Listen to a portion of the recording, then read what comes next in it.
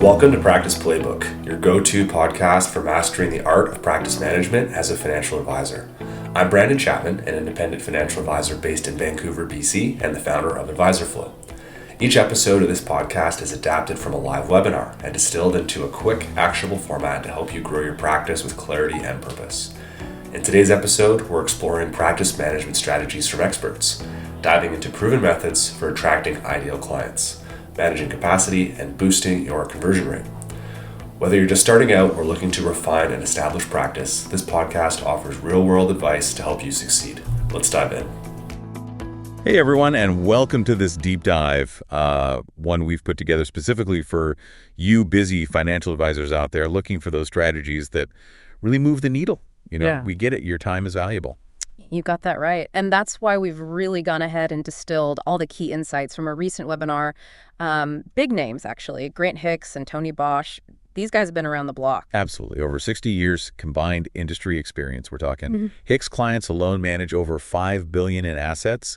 And Bosch, well, he leads broker development over at Hub Financial. Talk about seeing it all. Exactly. So our mission here, this deep dive, is pretty simple. We want to give you the most impactful insights, those things you can use right away to attract those ideal clients and honestly manage the growth that comes with it all without wasting a single second of your time. No fluff, just the good stuff. All right, let's jump right in.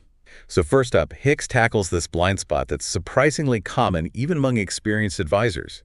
It's all about truly understanding who your ideal client is. And he drops this stat that really got me thinking. 75% of advisors just don't have that clarity when it comes to their ideal client profile. 75%, that's huge. It is. And the real kicker is the impact it has on their bottom line. Hicks points out that the ones that do earn 43% more than the advisors that don't. So just imagine what kind of boost your practice could get with that laser focus. Talk about working smarter, not harder, right? Exactly. It's about efficiency right across the board, your marketing, your services, even how you approach client conversations. So then Hicks dives into this concept of financial delegators. And these are the clients that really trust your expertise enough to basically hand over the reins and let you guide them. It's about that deep trust. And here's the thing, only about half of Canadians actually fall into this category. Oh, I really? Yeah, so it becomes incredibly important to identify and focus on these specific individuals because, as Hicks puts it, they're the ones who are that can find one person that can delegate to you. They actually value your guidance. They want that expertise, and that translates to those long-term relationships that every advisor dreams of. And that's where the potential for real growth explodes, because Hicks challenges you to think bigger than just the individual client. He wants you to picture the ideal family. Bring in the siblings, the parents, everyone. Makes sense. Families tend to share values, financial goals, even, it's a natural network. Absolutely. And the research backs this up.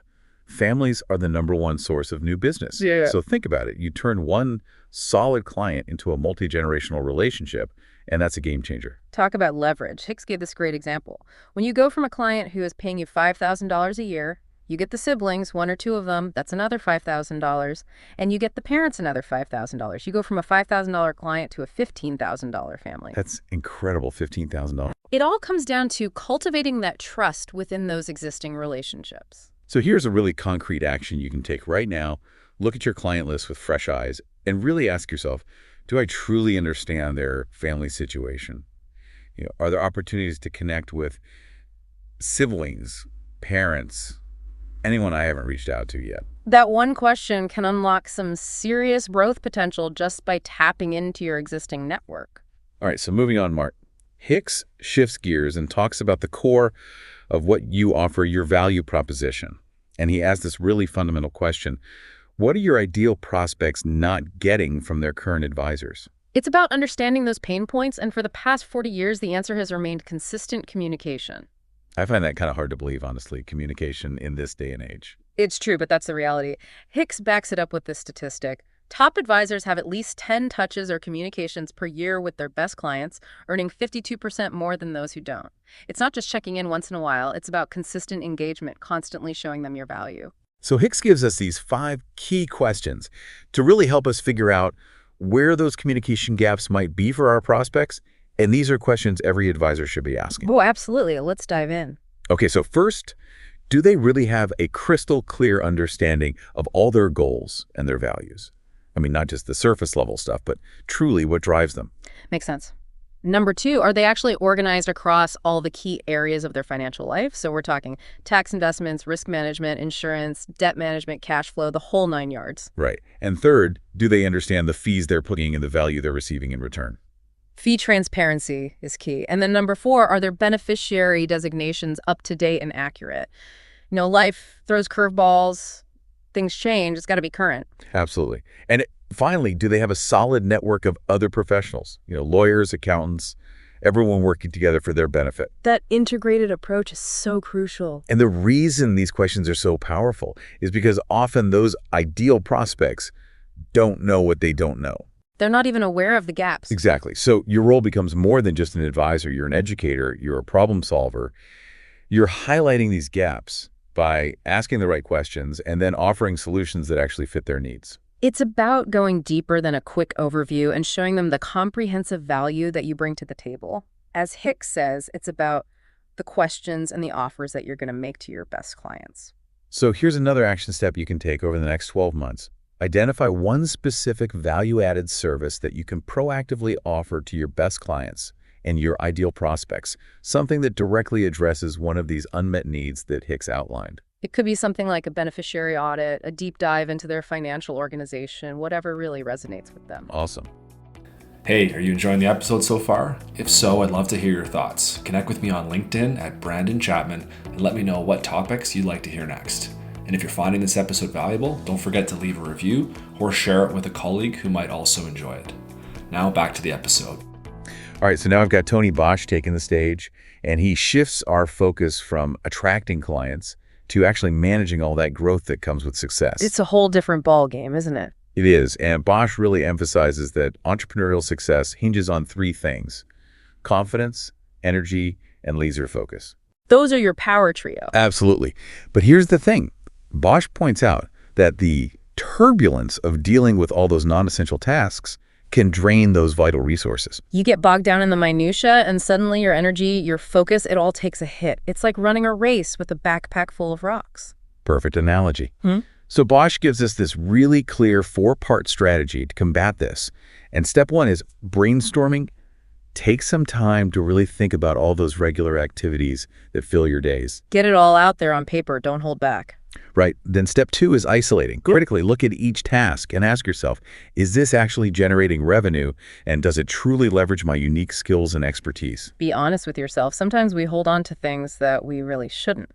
And step 3 is decision time. Can you eliminate this task completely? Can you delegate it to a team member, maybe a virtual assistant? And technology plays such a huge role these days. I mean, we heard from Brandon at AdvisorFlow, and he was talking about how technology can really transform your client discovery process. Yeah, and he talks about how, automation and filtering prospects and just creating the seamless digital experience, it can really boost your conversion rates. It's about creating this smooth pathway for your clients. But, you're still in control. You're the one guiding them through it. And features like digital financial overviews, right? They can really streamline the whole data gathering process before you even meet with a client. So you're going in prepared, you're maximizing that time that you have with them. And what's great is that it frees up your time for those high value activities, right? Like planning and really interacting with clients. That's what you want to be spending your time on. And technology can help you do that. Absolutely. And finally, step 4 is scheduling. Be deliberate about how you allocate your time block off specific days or chunks of time for those high impact performance activities, client meetings, financial planning, that sort of thing. Protect that time like it's gold, because it is. Right. And Bosch suggests an annual review process where you identify 3 things to eliminate from your workload, 3 things to delegate, and 3 areas of your schedule that you can restructure. And don't forget those quarterly progress checks. Accountability is key. He also talks about this thing he calls minding the gap, which is that tendency towards perfectionism that can actually hold us back from making progress. It's that fear of not getting it perfectly right the first time. And his message here is all about embracing incremental improvement. Don't wait for the perfect system. Just start making those small, consistent changes. As Bosch wisely puts it, you don't have to do everything at one time. You just have to make change. Got to make small changes. And if you make those small changes, you're going to get a new result. Progress over perfection every time. So your action item from Tony Bosch this week is to set aside just 30 minutes. block it off in your calendar, and brainstorm all those regular tasks, you do identify at least one thing you can delegate or outsource. Even that small step can free up so much mental bandwidth. It's amazing how much lighter you feel when you let go of those things that don't really need your direct attention. So as we wrap up this deep dive, remember Grant Hicks's golden question, the one you should be asking all your best clients. How would I find and meet more people like you? Such a simple question, but so powerful. The insights you'll get are incredible. And don't forget Tony Bosch's challenge. Identify those 3 key areas in your practice where you can eliminate, delegate, and reschedule those consistent small changes can create a ripple effect over time. It's all about those small wins that add up to big results. We hope this deep dive has given you some really valuable, actionable insights, things you can put to work right away. What's that first step you're going to take? Take that step today, and here's to you maximizing your efficiency, your impact, and your client engagement. You've got this. Absolutely. All right, that's it for this deep dive. Thanks for joining us. See you next time. Thanks for tuning in to Practice Playbook. If today's episode was helpful, be sure to subscribe so you'll never miss an update. For more tips and insights, be sure to follow AdvisorFlow on social media and stay tuned for upcoming episodes featuring expert speakers and practical advice to elevate your practice. Until next time, keep striving for excellence and building a practice that reflects your goals.